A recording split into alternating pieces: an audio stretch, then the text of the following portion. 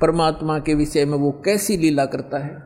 यदि वेदों का अनुवाद ये दास करता, वही करना था जो इन चंद श्लोकों में उन लोगों ने किया है जो भगवान को निराकार मानते हैं।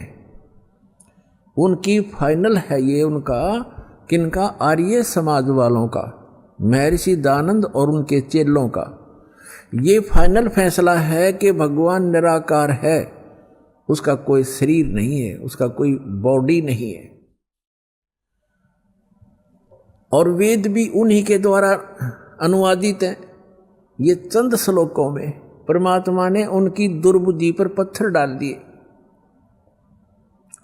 और एज इट इज अनुवाद करवा दिया जो वेद का होना चाहिए था। थोड़ा बहुत उन्होंने गड़बड़ी की है, वो आप बुद्धिमान समाज आसानी से समझ सकता है। परमात्मा के द्वारा दिए गए तत्व ज्ञान से उसको आसानी से समझ सकते। तो देख, कमाल की बात है, आपके ऊपर रहम है दाता का कि उन्हीं के द्वारा अनुवादित में ये स्पष्ट है कि परमात्मा मनुष्य सदृश है, वहाँ से चल कर आता है और वो एक पुण्य आत्माओं को मिलता है, अच्छी आत्माओं को मिलता है। और किस लिए मिलता है? उनको उपदेश देता है, उनको तत्व ज्ञान सुनाता है।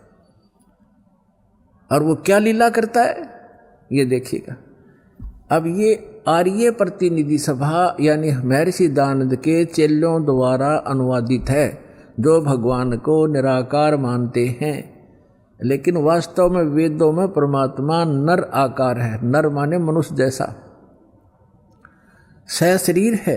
उसका नाम कबीर है और सतलोक से चल कर आता है। वहाँ जहाँ वो रहता है निज स्थान पर, सब भुवनों प्री, सब भुवनों के ऊपर के स्थान पर तिष्ठति, वहाँ बैठा है भगवान, राजा के समान देखने में है। वहाँ से चल कर आता है, 3 प्रकार से लीला करता है। जब द्वितीय प्रकार की लीला करता है, वो एक शिशु रूप धारण करके कमल के फूल के ऊपर, जल के ऊपर विराजमान होता है, जिस कारण से वो परमात्मा नारायण कहलाता है। नारायण का अर्थ होता है जल के ऊपर आके निवास करने वाला, आकर विराजमान होने वाला। और हम विष्णु जी को नारायण मान रहे थे, ये शेषनाग के ऊपर सोया करता, इसलिए नहीं, वो परमात्मा सतलोक से आता है, प्रत्येक बार यही लीला करता है और जल के ऊपर आकर विराजमान कमल के फूल पर होता है, इसलिए नारायण कहलाता है। तो वो नारायण है। और सत्यनारायण, सत्यनारायण का अर्थ होता है अविनाशी परमात्मा। सत्य माने अविनाशी, हम सत साहेब कहते हैं उसको, अविनाशी परमात्मा। तो अविनाशी परमात्मा कबीर जी हैं, श्री ब्रह्मा, श्री विष्णु, श्री शिव जी, ये नासवान परमात्मा हैं, भगवान हैं, स्वामी हैं, प्रभु हैं। इनकी जन्म मृत्यु होती है। और इसका प्रमाण है श्री देवी भागवत यानी देवी महापुराण, गीता प्रेस गोरखपुर से प्रकाशित, सचित्र मोटा टाइप, 3रा स्कंद 123 पृष्ठ पर। भगवान विष्णु स्वयं कहते हैं अपनी माता से कि तुम शुद्ध स्वरूपा हो और ये सारा संसार तुम इसे उद्भासित हो रहा है। मैं ब्रह्मा और शंकर, विष्णु जी कह रहे, आपकी कृपा से विद्यमान है। हमारा आविर्भाव माने जन्म और तिरोभाव माने मृत्यु हुआ करता है, हम अविनाशी नहीं है। और शंकर भगवान कहते हैं, हे माता, ब्रह्मा जी का जन्म आपसे हुआ, तो क्या मैं तमोगुण लीला करने वाला शंकर आपका पुत्र नहीं हुआ? अर्थात मेरी भी आप ही जनक हैं, मैं आपका पुत्र हूँ और हम केवल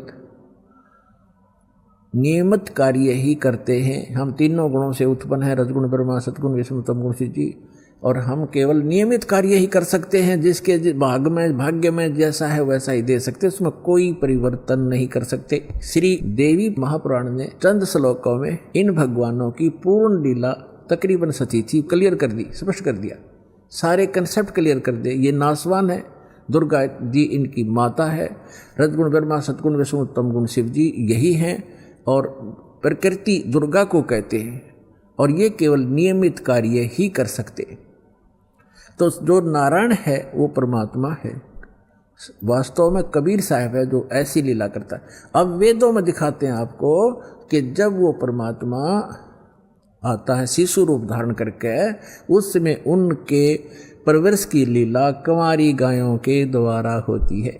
ये देखो, अब हम वेद पढ़ रहे हैं, आपको दिखा रहे हैं, ये वेद हैं। अभी आपको दिखाया था, अब और देख फिर पुनः दिखाते हैं। ये कहाँ से प्रकाशित है? सर्वदेशी कार्य प्रतिनिधि सभा, महर्षि दान भवन, रामलीला मैदान, नई दिल्ली से। और ये इसके अनुवादक और ये मुद्रक Prince offset printers 1510 Pataudi house, Daryaganj, नई दिल्ली से। और अब हम आपको ऋग्वेद मंडल नंबर 9 का और सूक्त नंबर 1 दिखाते हैं। ये देखिएगा, ऋग्वेद भाष्यम अथ नवम मंडल, 9वां मंडल प्रारंभ होता है। इसका ये प्रथम मंत्र है। इसमें क्या लिखा है कि हे सोम स्वभाव परमात्मन, यानी परमात्मा की महिमा चल रही है। सोम माने परमात्मा, सोम, ये भी ध्यान रखना, अभी आगे चल के आपको ये हेल्प करेगा इस ज्ञान को समझने में।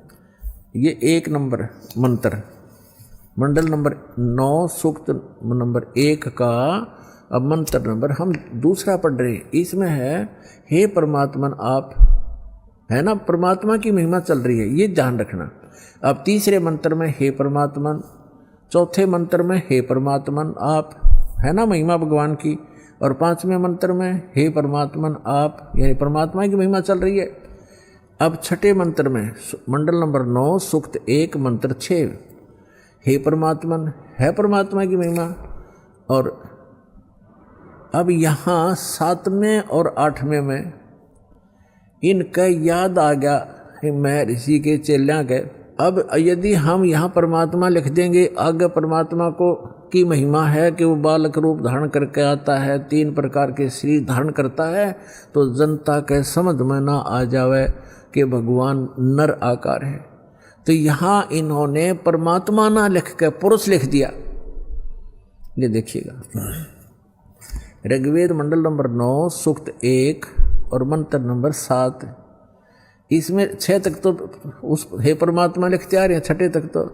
अब 7वें में इनकी बुद्धि फिर थोड़ी सी उकस गई, यहाँ लिख दिया तम उस पुरुष को, उस पुरुष लिख दिया, भगवान नहीं लिखा। अच्छा, यहाँ तीसरा फिर उस पुरुष को। अब ये पुरुष और कंसेप्ट क्लियर करना पड़ेगा, पुरुष माने परमात्मा होता है। अब देखो महर्षि दयानंद के द्वारा ज्ञान दिया गया है कि परमात्मा निराकार है, और जिसको माना है आर्य समाज के व्यक्तियों ने, और पूरा विश्व ही माने बैठा है कि भगवान निराकार है। अब महर्षि दयानंद को हम छोड़ देंगे, क्योंकि हमने वेदों से प्रमाणित करना है कि वेद क्या कहते हैं। यजुर्वेद उन्हीं के द्वारा अनुवाद है, महर्षि दयानंद के द्वारा। यजुर्वेद अध्याय नंबर 40 के मंत्र नंबर 15 और 17 में ये कंसेप्ट कति क्लियर हो जाएगा। जैसे वेद ज्ञान परमात्मा ने दिया, उस पूर्ण परमात्मा ने इसके अंतःकरण में फीड कर दिया। उस मालिक ने जो इसमें लिखना था वो लिख दिया, ताकि हम आसानी से समझ सकें।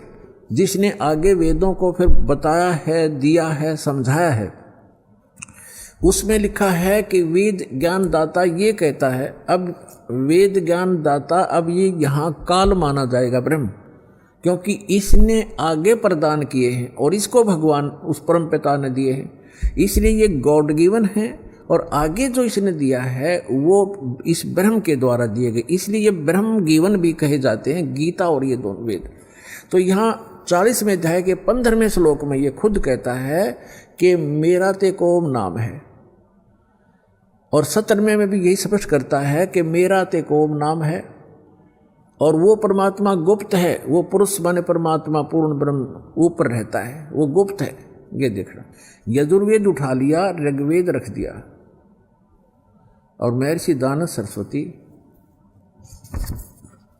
ये वही है। सार्वदेशी कार्य प्रतिनिधि सभा,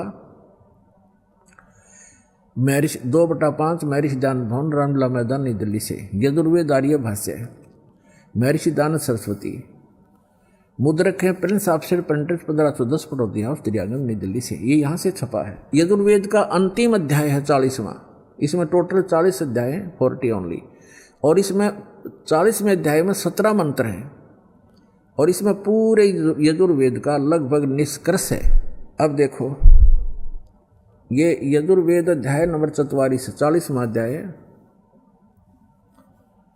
40वें अध्याय का ये 15वें मंत्र में वेद ज्ञान दाता कहता है कि वायु अनिलम अमृतम अथिदम भस्मांतम शरीरम। ओम करतो समर किलबे समर करतुम समर। ओम नाम का जाप काम करते करते सिमरण करो। कलबे माने कलबलाहट के साथ, कसक के साथ एक स्मरण करो। और कर्तुम माने अपना मूल कर्तव्य जानकर मनुष्य जीवन का ओम नाम का सिमरण करो। ये तो ब्रह्म तक की साधना है। और वायु अनिलम अमृतम अथिदम भस्मांतम शरीरम, यानी जब आपके प्राण समाप्त होंगे उस समय इस ओम नाम के जाप से जितना अमृतम अमृतो, यानी आपको जितनी गति होनी है वो मिलेगी। अब इसका प्रमाण आपने श्रीमद् भगवत गीता अध्याय नंबर 8 के श्लोक नंबर 13 में मिलेगा कि गीता ज्ञान दाता भी ये ब्रह्म ही है। श्री कृष्ण जी में प्रवेश करके बोल रहा है। ये कह रहा है कि ओम इति एकाक्षरम ब्रह्म व्यवहारण माम अनुस्मरण यह प्रयाति तजंदेहम स याति परमाम गतिम। माम ब्रह्म, मुझ ब्रह्म का। अब यहाँ ये भी कंसेप्ट क्लियर करना पड़ेगा। पुण्यात्माओं, आज तक ये लोक वेद दंत कथा सुनते सुनते हम बहरे हो गए और हम ढीठ हो गए, उस ज्ञान को कति कंप्लीट मान बैठे। जो हमने सुना वो फाइनल है और सभी भ्रमित है, कोई स्थिर नहीं है। किसी को भी कोई कुछ कह देता वो भी हाँ ठीक ऐसा भी है, ऐसा भी है, क्योंकि हम स्वयं अपने सदग्रंथों से परिचित नहीं। और दास का उद्देश्य है कि आपको अपने ही सदग्रंथों से परिचित करा के इनका मास्टर बना दूं ताकि आप भ्रमित ना हो। जैसे श्रीमद् भगवत गीता अध्याय नंबर 2 के श्लोक नंबर 53 में कहा कि अर्जुन, जब भिन्न भिन्न प्रकार के भ्रमित करने वाले वचनों से ज्ञान से आपकी बुद्धि हटकर एक परमात्म ज्ञान पर स्थिर हो जाएगी, उस परमात्मा के ज्ञान पर स्थिर हो जाएगी, तब तू योग को प्राप्त होगा, तब तो तू भगत बनेगा, यानी भक्ति योग्य होगा। तो जब तक आप भ्रमित हैं, कोई कुछ कह देता वो भी ठीक, वो कहता वो भी ठीक, तो तब तक आप भक्त नहीं बन सकते, आप सफल नहीं हो सकते। तो दास चाहता है कि आपकी ये सारी भ्रमणा और अज्ञान मिटाकर एक परमात्म उस तत्व ज्ञान पर स्थिर कर दूं, जिसके लिए आपको परमात्मा ने शिक्षित बनाया, आपके ऊपर रहम किया। और दूसरा रहम ये किया कि ये इंस्ट्रूमेंट, ये उपकरण बनवा दिए इलेक्ट्रॉनिक, ये प्रोजेक्टर, सीडी, टेलीविज़न मीडिया, जो इलेक्ट्रॉनिक मीडिया, ये आपके लिए तैयार करवाया परमात्मा ने कि आज घर बैठे आप सत्संग समझ सकते हो, वेदों को जान सकते हो और सभी सदग्रंथों को आप समझ सकते हो। और जब तक आप स्वयं अपनी आँखों से सदग्रंथों को नहीं देखोगे, नहीं जानोगे, तो ये काल के जितने भी भ्रमित करने वाले संत भेजे गए हैं, ये आपको ऐसे ही मिसगाइड करके उद्देश्य से वंचित कर देंगे। तो अब दास चाहता है कि इनकी दाल नहीं गलेगी। आप शिक्षित हैं, बेटा बेटी भाई बहन सब शिक्षित हैं और सदग्रंथ हमारे पास है। तो अब एक ये समझो कि आपका जीवन का उद्देश्य क्या है, ये समझ में आओगा सत्संग से। जीवन, मनुष्य जीवन का उद्देश्य केवल मोक्ष कराना है, या कोठी बनाना, बंगले बनाना, कार खरीद कर रख देना, ये नहीं है। ये तो एडिशनल है, बाई प्रोडक्ट है भक्ति का, जो दास आपको भक्ति देगा परमात्मा की दी हुई। इस साधना से आप जो सुख वैसे सारा जीवन खोजने में लगे रहते हो, प्राप्त करने में, वो नहीं मिलते। तो इस भक्ति का वो बाई प्रोडक्ट है, वो तो आपको वैसे ही मिलेंगे। जैसे किसान गेहूं बीजता है, उसका उद्देश्य भूस बनाना नहीं होता, उसका उद्देश्य कनक लेना होता ताकि जीवन रक्षा हो। और भूस तो अपने आप बन जाता है, भूस तो अपने आप बनता हो, तो बनेगा ही बनेगा। तो दास जो आपको शास्त्र अनुकूल साधना बता रहा है, उससे संसारिक सुख तो अपने आप होंगे ही होंगे, आप मांगो चाहे मत मांगो। ये तो एक साधन ऐसा है। तो इसलिए आप जी को